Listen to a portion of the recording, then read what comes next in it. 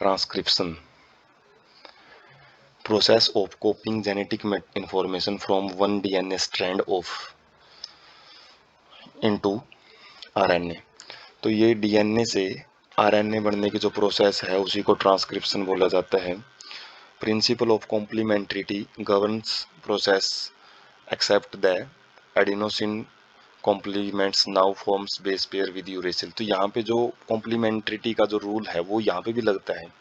यहाँ पे क्या है, डीएनए से जो एमआरएनए बनेगा तो उसके अंदर बस एमआरएनए के अंदर एक जो जहाँ पे थाइमिन आना चाहिए वहाँ पे यूरेसिल आता रहेगा।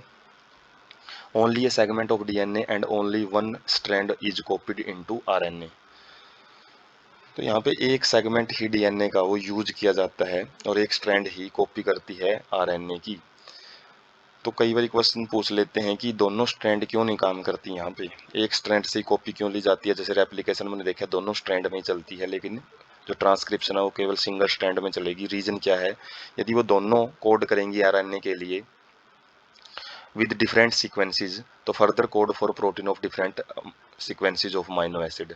तो अलग अलग सीक्वेंस देखने को मिलेगी अलग अलग डीएनए स्ट्रैंड में, जिसकी वजह से एक सिंगल जो एमआरएनए है, एक ही जगह से बना हुआ जो एमआरएनए है वो अलग अलग प्रोटीन को कोड करता हुआ मिलेगा, जिसकी वजह से कॉम्प्लेक्सिटी है बहुत ज़्यादा देखने को मिलेगी। एक जो एमआरएनए वो काफ़ी सारे प्रोटीन बनाता हुआ देखने को मिलेगा। 2 आरएनए मॉलिक्यूल यदि प्रोड्यूस होते हैं एक साथ में साइमल्टेनियसली का मतलब साथ साथ में प्रोड्यूस होते हैं, वुड बी कॉम्प्लीमेंट्री, वो एक दूसरे को कॉम्प्लीमेंट्री मिलेंगे और जैसे ही वो बन के तैयार होंगे तो वो एक दूसरे के साथ ही बॉन्ड बना के डबल स्ट्रैंडेड स्ट्रक्चर है वो बना लेते हैं, डबल स्ट्रैंडेड आरएनए बनाएंगे।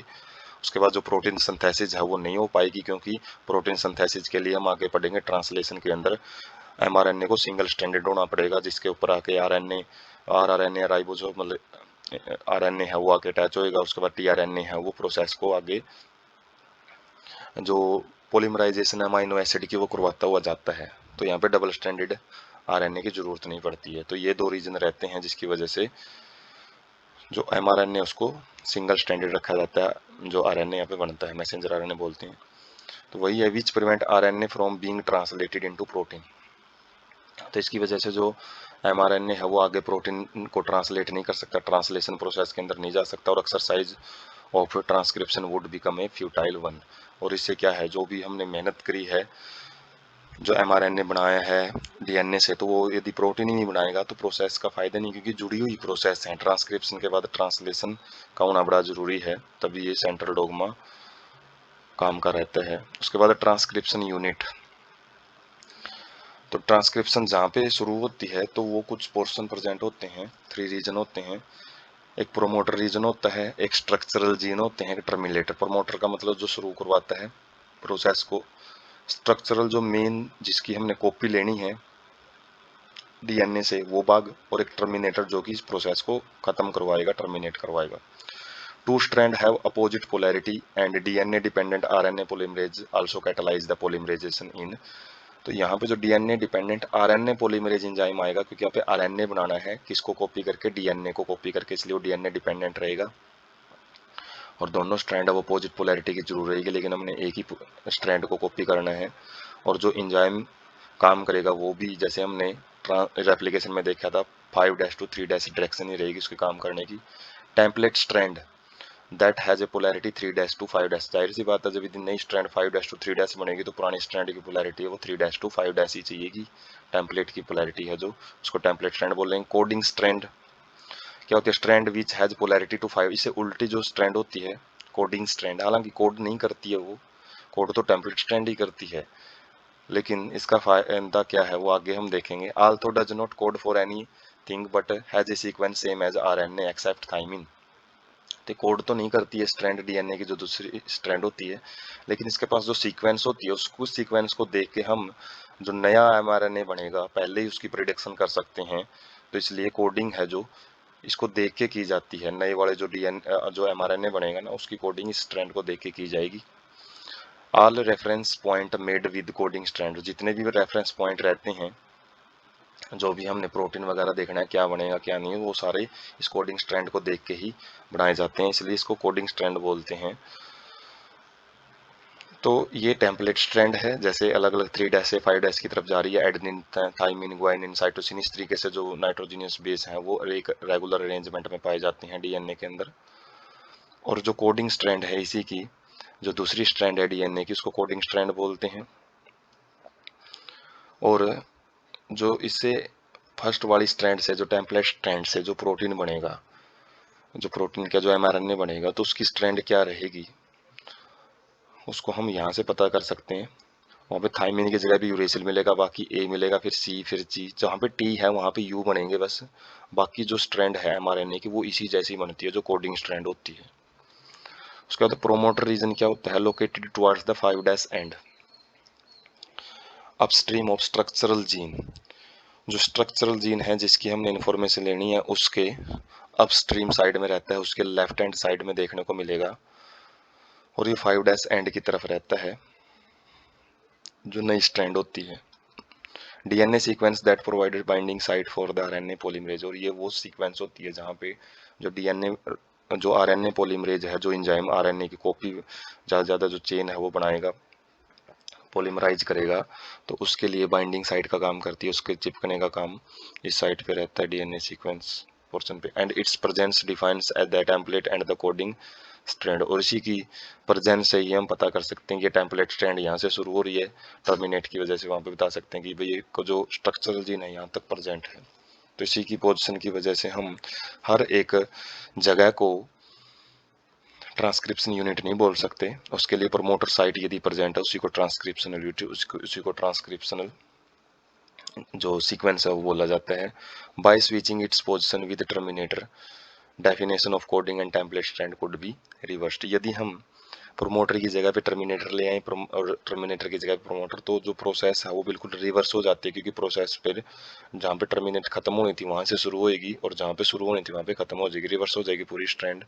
टर्मिनेटर क्या होता है? Located towards 3 dash and down stream होता है कोडिंग स्ट्रैंड के, कोडिंग स्ट्रैंड के 3 डैश एंड की तरफ रहेगा। जैसे जो टेम्पलेट स्ट्रैंड है ऊपर हमने पिक देखी थी, जो इस साइड में प्रेजेंट होता है, जो कोडिंग स्ट्रैंड है, कोडिंग स्ट्रैंड के 5 डैश एंड की तरफ रहेगा, तो उसको हम प्रमोटर बोलते हैं। जो कोडिंग स्ट्रैंड के 3 डैश एंड की तरफ रहेगा उसको टर्मिनेटर रीजन बोलते हैं। Usually define the end of process transcription. तो ट्रांसक्रिप्शन प्रोसेस को ही डिफाइन करता है, उसका एंड है जो, मतलब उसकी प्रोसेस का जो खात्मा इस जगह पे आके हो जाता है। Additional regulatory sequence that may be present further upstream और डाउनस्ट्रीम टू प्रमोटर। तो कुछ अलग से रेगुलेटरी सीक्वेंस भी हो सकती हैं जो प्रोसेस को रेगुलेट करती हैं, वो भी प्रेजेंट हो सकती हैं। या तो अपस्ट्रीम साइड में जो डीएनए की अपस्ट्रीम डाउनस्ट्रीम से हम यहाँ पे देख सकते हैं जो जीन है, जैसे ये टी वाला पोर्शन है, यदि इससे हमारी जो प्रोसेस है इस साइड में स्टार्ट होनी है राइट हैंड साइड में, तो ये डाउनस्ट्रीम प्रोसेस होती है। और जो लेफ्ट हैंड साइड इस टी से इस साइड वाला पोर्शन होता है वो अपस्ट्रीम कहलाता है। तो जो प्रमोटर है, मान लो यहाँ पे प्रमोटर प्रेजेंट है, तो इसके आगे जो प्रोसेस होगी वो डाउन स्ट्रीम चलती है। और जैसे रेगुलेटर बोल रहे हैं ये कई बार आगे भी मिलता है, कई बार पीछे मिलता है, तो अपस्ट्रीम डाउन स्ट्रीम किसी भी जगह पे प्रेजेंट हो सकता है। उसके बाद है स्ट्रक्चरल जीन। जीन क्या है? फंक्शनल यूनिट ऑफ इनहेरिटेंस है। हमने देखा है इसको कि जितने भी विरासत के जो गुण हैं, करैक्टर हैं, एक जनरेट पीढ़ी से दूसरी पीढ़ी में इसी के जरिए जाते हैं। Located on DNA but difficult to define a gene in its term of DNA sequence. DNA पे जरूर प्रेजेंट होता है, लेकिन जीन को हम सीक्वेंस के बेस पे नहीं डिफाइन कर सकते कि इस पार्टिकुलर सीक्वेंस से ये करैक्टर कोड किया जाएगा, क्योंकि आगे देखेंगे स्प्लाइसिंग भी होती है एमआरएनए की, वहां से प्रोटीन बनता है, वो सारा करैक्टर लिए होता है। तो ये काफी कॉम्प्लेक्स प्रोसेस होती है। DNA sequencing coding for tRNA और RNA molecule also define a gene. तो जो टीआरएनए, जो राइबो न्यूक्लिक एसिड होते हैं, इसके टाइप होते हैं टीआरएन ट्रांसफर टीआरएनए और राइबोसोमल आरएनए। तो वो उनको कोड करने वाले भी जो डीएनए सीक्वेंस है उनको भी जीन ही बोला जाता है। तो जीन जरूर नहीं करैक्टर को कोड करेंगे, और शरीर के कुछ कॉन्स्टिट्यूएंट पार्टिकल है उनको भी कोड करते हुए मिलेंगे। सिस्ट्रोन क्या चीज होता है? A segment of DNA coding for a polypeptide. वो भाग होता है डीएनए का जो एक पॉलीपेप्टाइड के लिए, एक प्रोटीन के लिए कोड करता है।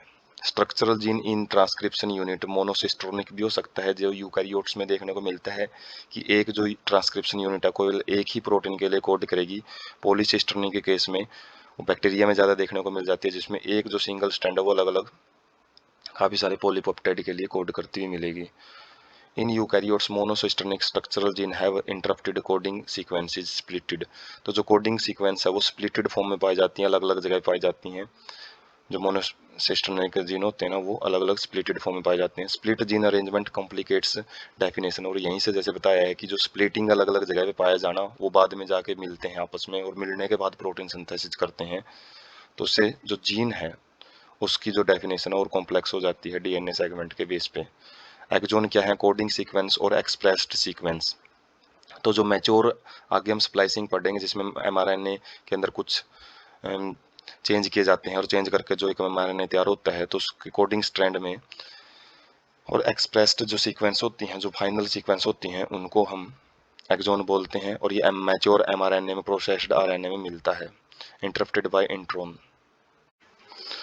और जगह जगह पे ये एक्सोन है जो इंट्रॉन्स के द्वारा इंटरप्टेड होती है। जैसे एक्सोन पोर्शन मिलेगा, फिर इंट्रॉन मिलेगा, फिर एक्सोन, फिर इंट्रॉन। तो एक्सोन लगातार नहीं मिलती है, बीच बीच में जो इंट्रॉन्स है वो देखने को मिलते हैं। तो इंट्रॉन्स क्या होते हैं, या इंटरवीविंग सीक्वेंस क्या होती है? इंटरवीविंग मतलब बीच में जो प्रेजेंट होती है एक्सोन के, उन सीक्वेंस को बोलते हैं। ये मैच्योर या प्रोसेस्ड आरएनए में देखने को नहीं मिलती हैं। आरएनए स्प्लाइसिंग के बाद इनको हटा दिया जाता है और जो मेन स्ट्रक्चर बनती है वही आके एमआरएनए में शो की जाएगी और उसी से प्रोटीन सिंथेसिस होता है। कुछ रेगुलेटरी सीक्वेंस भी होती हैं जो किसी आरएनए या प्रोटीन के लिए कोड नहीं करती।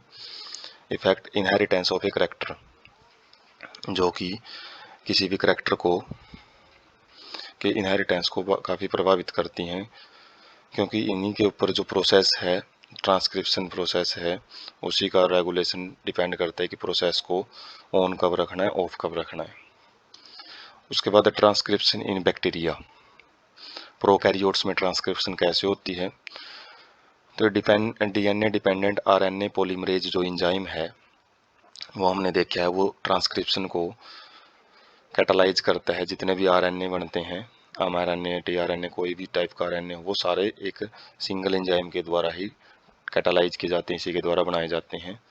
इनिशिएशन जो करवाएगा वो आरएनए पॉलीमरेज एंजाइम है, वो करवाता है।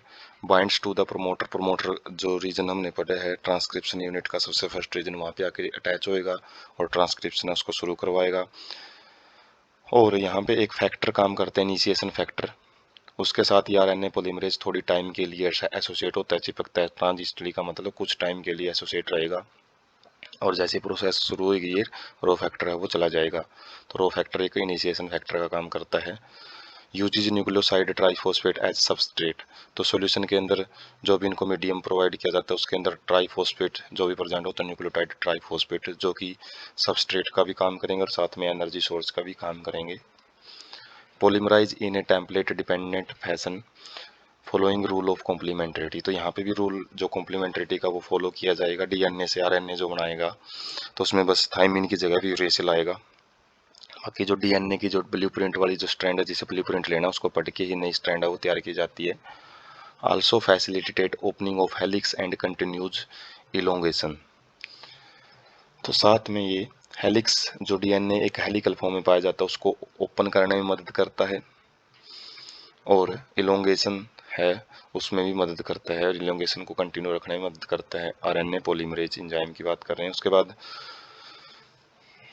Only a short stretch of RNA remains bound to the enzyme. तो आरएनए का केवल एक छोटा सा स्ट्रैंड है वही इसके साथ चिपकी हुई मिलेगी, बाकी जो आरएनए है वो अलग होता रहता है इससे, मतलब एक सेपरेट होकर चला रहेगा, वो स्ट्रैंड है वो कंटिन्यू नहीं बनी रहती है। तो इनिशिएशन प्रोसेस थी ट्रांसक्रिप्शन इन बैक्टीरियम। उसके बाद इलोंगेशन एंड टर्मिनेशन देखते हैं। इलोंगेशन में जो RNA polymerase is only capable of catalysing the process of. तो यहाँ पे कोई और एक्स्ट्रा एंजाइम नहीं रहता। आरएनए पॉलीमरेज जो टेम्पलेट स्ट्रैंड को पढ़ पढ़ के आगे कॉपी तैयार करता रहता है एमआरएनए की। After termination factor and terminate transcription respectively, और जैसे ही ट्रांसक्रिप्शन टर्मिनेशन फैक्टर आ जाता है रो, तो प्रोसेस है उसको कंप्लीट कर दिया जाता है। जैसे इसमें देखेंगे टर्मिनेशन में, जैसे ही पॉलीमराइजेशन कंप्लीट हो जाती है, टर्मिनेटर रीजन में पहुंच जाती है, तो nascent RNA and RNA polymerase fall of. तो जो भी आरएनए बने हैं, नया जो एमआरएनए बना है, और जो साथ में जो आरएनए पॉलीमरेज है वो वहाँ से टूट के अलग हो जाते हैं, और जिसकी वजह से जो प्रोसेस है, किसकी वजह से टूटते हैं, रो फैक्टर की वजह से, और जो प्रोसेस है वो स्टॉप हो जाती है। ट्रांसक्रिप्शन एंड ट्रांसलेशन कपलाइज्ड, जो बैक्टीरिया है उनके अंदर जो ये दोनों प्रोसेस एक साथ चलती हैं। mRNA does not require any processing to become active, तो यहाँ पे कोई स्प्लाइसिंग की जरूरत नहीं पड़ती है प्रोकैरियोट्स में। जो mRNA है वो जैसे ही बनता है तो उसके ऊपर जो ट्रांसलेशन प्रोसेस है वो स्टार्ट कर दी जाती है, और कई बार तो ये नहीं बनता है, फिर भी जो कंप्लीट नहीं बनता है ये, कुछ इसका प्रोसेस यदि बन जाता है तो उसके ऊपर ही ट्रांसलेशन प्रोसेस है वो देखने को मिलती है। तो कपलाइज्ड होती हैं दोनों प्रोसेस ही, प्रोटीन साथ साथ में बनना शुरू हो जाता है। And transcription and translation takes place in same compartment cytosol, क्योंकि यहाँ पे कोई न्यूक्लियर मेम्ब्रेन प्रेजेंट नहीं होती, प्रोकैरियोट्स होते हैं ये, जिसकी वजह से जो mRNA है, क्रोमोसोम है, डीएनए है, वो सारा साइटोसोल में ही रहता है, साइटोप्लाज्म में ही देखने को मिलता है, सेम कंपार्टमेंट रह जाता है। इसकी वजह से दोनों प्रोसेस साथ साथ चलती हैं। मैंने टाइम्स ट्रांसलेशन कैन बिगिन, बताया नहीं कि कई बार तो ट्रांसलेशन पहले ही शुरू हो जाती है जब तक कि mRNA पूरी तरीके से ट्रांसक्राइब नहीं होता। उसके बाद हम डायग्राम से समझ सकते हैं, जो ट्रांसक्रिप्शन बैक्टीरिया है उसमें रो फैक्टर, एक सिग्मा फैक्टर आता है, सिग्मा फैक्टर है जो प्रोसेस को इनिशिएट करवाएगा, और ये रो फैक्टर रहता है। सिग्मा फैक्टर रहेगा, पहले बाय मिस्टेक इनिशिएशन में इसको रो बोल गए, लेकिन सिग्मा फैक्टर रहता है जो कि प्रोसेस को इनिशिएट करवाता है। पॉलीमराइज एंजाइम के साथ अटैच होकर ये जो डीएनए हेलिक्स है उसके पास आके अटैच होएगा। उसके बाद जैसे ही प्रोमोटर रीजन पे ये अटैच रहेगा, पॉलीमराइज जो आरएनए पॉलीमराइज एंजाइम है उसको अटैच करके ये सिग्मा फैक्टर वहाँ से हट जाता है। इलोंगेशन का काम क्या किसका रहेगा, केवल आरएनए पॉलीमरेज का, वो जो mRNA उसको बनाता जाएगा, किसको रीड करके, जो टेम्पलेट स्ट्रैंड है उसको रीड करता हुआ चला जाएगा, और जैसे टर्मिनेटर रीजन आएगा तो एक रो फैक्टर वहाँ पे देखने को मिलेगा जो कि प्रोसेस को टर्मिनेट बंद करवा देता है, और जो mRNA है, जो नया RNA तैयार हुआ है वो अलग से हट जाता है। तो कोई भी टाइप का RNA है वो इसी प्रोसेस से बनता है। उसके बाद यूकैरियोट्स में ट्रांसक्रिप्शन है वो कैसे होती है, तो यहाँ पे काफ़ी कॉम्प्लेक्सिटी देखने को मिलती हैं, क्योंकि यहाँ पे जो 3 आरएनए बनते हैं वही अलग अलग टाइप के आरएनए, आरआरएनए, टीआरएनए, एमआरएनए, उसके अलावा और भी आरएनए होते हैं जैसे 5S rRNA, snRNA, small nuclear RNA होता है, एचएनआरएनए भी होते हैं। तो काफ़ी सारे अलग अलग टाइप के आरएनए देखने को मिलते हैं। तो यहाँ पे जो आरएनए पॉलीमरेज एंजाइम 1 होता है, एक थर्ड होता है और एक 2 होता है। जो फर्स्ट है वो आरआरएनए को कोड करता है, सेकंड वाला एमआरएनए को, और थर्ड वाला टीआरएनए को कोड करता है। तो यहाँ पे आरएमटी से हम याद रख सकते हैं, जैसे एचएमटी की वो चीज़ आती थी, तो उस बेस पे जैसे आर है वो first, M second, RNA polymerase second उसको कोड करेगा, और जो थर्ड है वो टीआरएनए को कोड करता है, और टीआरएनए के साथ साथ में ये 5S आरआरएनए और एसएनआरएनए को भी कोड करता है। मतलब इन्हीं एंजाइम के द्वारा ये आरएनए, अलग अलग आरएनए वो तैयार किए जाते हैं। जबकि हमने प्रोकैरियोट में देखा वहाँ पे एक सिंगल आरएनए पॉलीमरेज एंजाइम से सारे आरएनए वो तैयार किए जाते थे। तो एचएनआरएनए की फुल फॉर्म पूछ लेते हैं, हेट्रोजीनियस न्यूक्लियर आरएनए होता है जो कि आरएनए पॉलीमरेज सेकंड के द्वारा बनाया जाता है। Primary transcripts contain both exon and intron, तो ये कॉम्प्लेक्सिटी आ जाती है यहाँ पे कि जो प्राइमरी ट्रांसक्रिप्ट्स का मतलब है जैसे ही ट्रांसक्रिप्शन के बाद, टर्मिनेशन के बाद जो आरएनए बन के तैयार होता है तो उसके पास दोनों सीक्वेंस देखने को मिलती हैं, एक्सोन भी होते हैं और इंट्रोन भी। और जैसे हमने देखा था एक्सोन काम की सीक्वेंस होती हैं उनको रखा जाता है, इंट्रोन को हटाया जाता है, और इंट्रोन नॉन फंक्शनल होते हैं। तो एक स्प्लाइसिंग प्रोसेस होती है जिसके अंदर इंट्रॉन्स को रिमूव किया जाता है, और जो एक्सोन है उनको फिर एक डिफाइंड ऑर्डर के अंदर उनको ज्वाइन कर दिया जाता है, मिला के एक सीक्वेंस है वो तैयार की जाती है। एचएनआरएनए क्या है, undergo additional processing, capping and telling. तो एचएनआरएनए जैसे ऊपर देखा तो उसके अंदर 2 प्रोसेस देखने को मिलती है, एक कैपिंग होती है और एक टेलिंग देखने को मिलेगी। कैपिंग क्या होता है, इसके अंदर एक एंड के ऊपर एक कैप लगाई जाती है किस चीज़ की, मिथाइल ग्वाइनोसिन ट्राइफॉस्फेट, एक अनयूजुअल न्यूक्लियोटाइड होता है थोड़ा सा, जो नॉर्मल न्यूक्लियोटाइड देखने को मिलते हैं अलग सीक्वेंस, उससे अलग रहता है ये थोड़ा, मिथाइल ग्वाइनोसिन ट्राइफॉस्फेट, जो कि किसी भी एंजाइम एक्शन से इसको बचाता है, डिग्रेडेशन से बचाने के लिए लगाया जाता है। और वो 5' एंड के ऊपर लगाया जाता है। तो कैपिंग की साइड में रहती है 5' एंड की तरफ, और एक टेलिंग 3' एंड की तरफ क्या किया जाता है, एक एडिनलाइटेड रेजिड्यू, बहुत सारे एडनिन है वो चिपका दिए जाते हैं 3' एंड की तरफ इन ए टेम्पलेट इंडिपेंडेंट मैनर। तो उसमें टेम्पलेट का कोई रोल नहीं रहता कि भाई इसको पढ़ के ही, जैसे टेम्पलेट स्ट्रैंड को देख के ही एमआरएनए के अंदर वो लाइनें जो एडेनिन है वो लगाने हैं 200 से 300, उनका कोई रोल नहीं रहता, इंडिपेंडेंट मैनर इसलिए बोला गया है। और ये दोनों क्या करते हैं, जैसे ही आरएनए तैयार होता है तो उसको किसी भी एंजाइम के एक्शन से बचाने के लिए ये कैपिंग और टेलिंग यूज की जाती है, क्योंकि एक बार ये एमआरएनए जो बनेगा यूकैरियोट्स में वो न्यूक्लियस से बाहर आएगा, न्यूक्लियस से बाहर आके इसके ऊपर प्रोटीन सिंथेसिस शुरू होगी। तो उस टाइम तक काफ़ी सारे जो एंजाइम है साइटोप्लाज्म में रहते हैं वो उसको डिग्रेड कर सकते हैं, और यदि डिग्रेडेशन होगी तो सारी इन्फॉर्मेशन है वो डैमेज हो सकती है। तो इस डैमेज से बचाने के लिए ही 2 सिरे हैं उनको ही बचा के रखना जरूरी होता है, इसलिए कैपिंग और टेलिंग की जाती है। MRNA fully processed hnRNA transported out of the nucleus for translation, और जो हेट्रोजीनियस न्यूक्लियर आरएनए होता है, हेट्रोजीनियस क्यों बोलते हैं, क्योंकि इसमें एक्सॉन इंट्रॉन वगैरह है वो सारे आ जाते हैं। तो इसको कंप्लीट जो प्रोसेस है कैपिंग टेलिंग स्प्लाइसिंग होने के बाद इसको न्यूक्लियस से बाहर लेके आया जाता है ताकि ट्रांसलेशन शुरू की जा सके, उसी को एमआरएनए मैसेंजर आरएनए, क्योंकि इसी के पास मैसेंजर जो मैसेज रहता है कि कौन सा जो प्रोटीन है वो तैयार करना है। सिग्निफिकेंस क्या रहता है इस कॉम्प्लेक्सिटी का, वो कैसे समझ सकते हैं। Split genes arrangement represents probably an ancient feature of genome. तो जो जीनोम है वो अलग अलग फॉर्म में पाए जाते हैं, तो एक ये एनिशिएंट पुराना एक फीचर होता है जीनोम का जो अलग अलग फॉर्म में पाया जाना। Presence of intron is reminiscent of एंटीक्यूटी।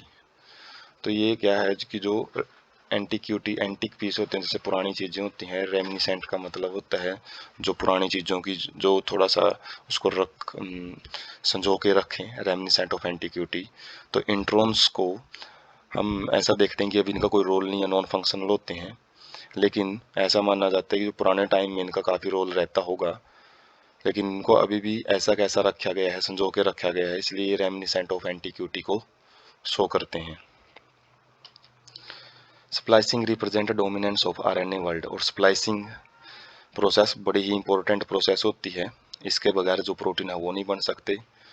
और एमआरएनए बहुत बड़े रोल प्ले करते हैं प्रोटीन सिंथेसिस में, जो मेन स्ट्रक्चर है सारे शरीर की जो स्ट्रक्चर है वो प्रोटीन का ही खेल होती है सारा।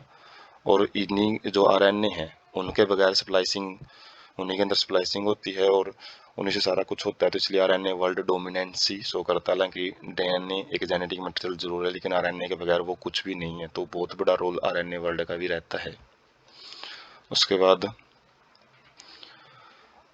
यह हम अलग अलग जो अपस्ट्रीम डाउनस्ट्रीम प्रोसेस देख सकते हैं, जैसे प्रोमोटर रीजन होता है इसके लेफ्ट हैंड साइड में अपस्ट्रीम होता है, और डाउनस्ट्रीम की साइड में जो प्रोसेस है वो ट्रांसक्रिप्शन होती है। और प्राइमरी ट्रांसक्रिप्ट प्री एमआरएनए होता है, ये जैसे ही ट्रांसक्रिप्शन से जो एमआरएनए बनता है तो ये कुछ एलिमेंट होते हैं जो कि प्रोसेस को रेगुलेट करने में रोल प्ले करते हैं, टर्मिनेटर होते हैं। और इंट्रॉन एक्सोन इस तरीके से जो ट्रांसक्रिप्शन के बाद भी इसी तरीके से पोर्शन बनेंगे, जैसे एक्सोन का टर्मिनेटेड पोर्शन है, ट्रांसक्राइब्ड पोर्शन है, उसके बाद इंट्रॉन है। तो क्या किया जाता है, आरएनए प्रोसेसिंग की जाती है जिसके अंदर पहले तो इंट्रॉन्स को हटाया जाता है, और जो पिंक कलर का पोर्शन है जैसे पहले अलग अलग सेगमेंट्स में था तो उनको ज्वाइन किया जाएगा, कोडिंग सेगमेंट बनाई जाएगी। और एमआरएनए जो बने हैं उसके 5' एंड की तरफ एक ग्वाइनिन ऐड किया जाएगा, लेकिन उसकी ट्राईफॉस्फेट वाला जो एक मॉलिक्यूल है वो ऐड किया जाता है। लीडर स्ट्रैंड होती हैं, ये ट्रेलर स्ट्रैंड रहेंगी लास्ट में। और लास्ट में क्या रहेगा, जो कोडिंग सेगमेंट है उनको बिल्कुल प्रोटेक्ट करने के लिए एक आगे वाली स्ट्रैंड के पास कैपिंग की जाती है, पीछे वाली स्ट्रैंड पे बहुत सारे जो एडेनिन है वो चिपकाए जाते हैं ताकि जो एंजाइम है एंजाइम एक्शन से इनको बचाया जा सके।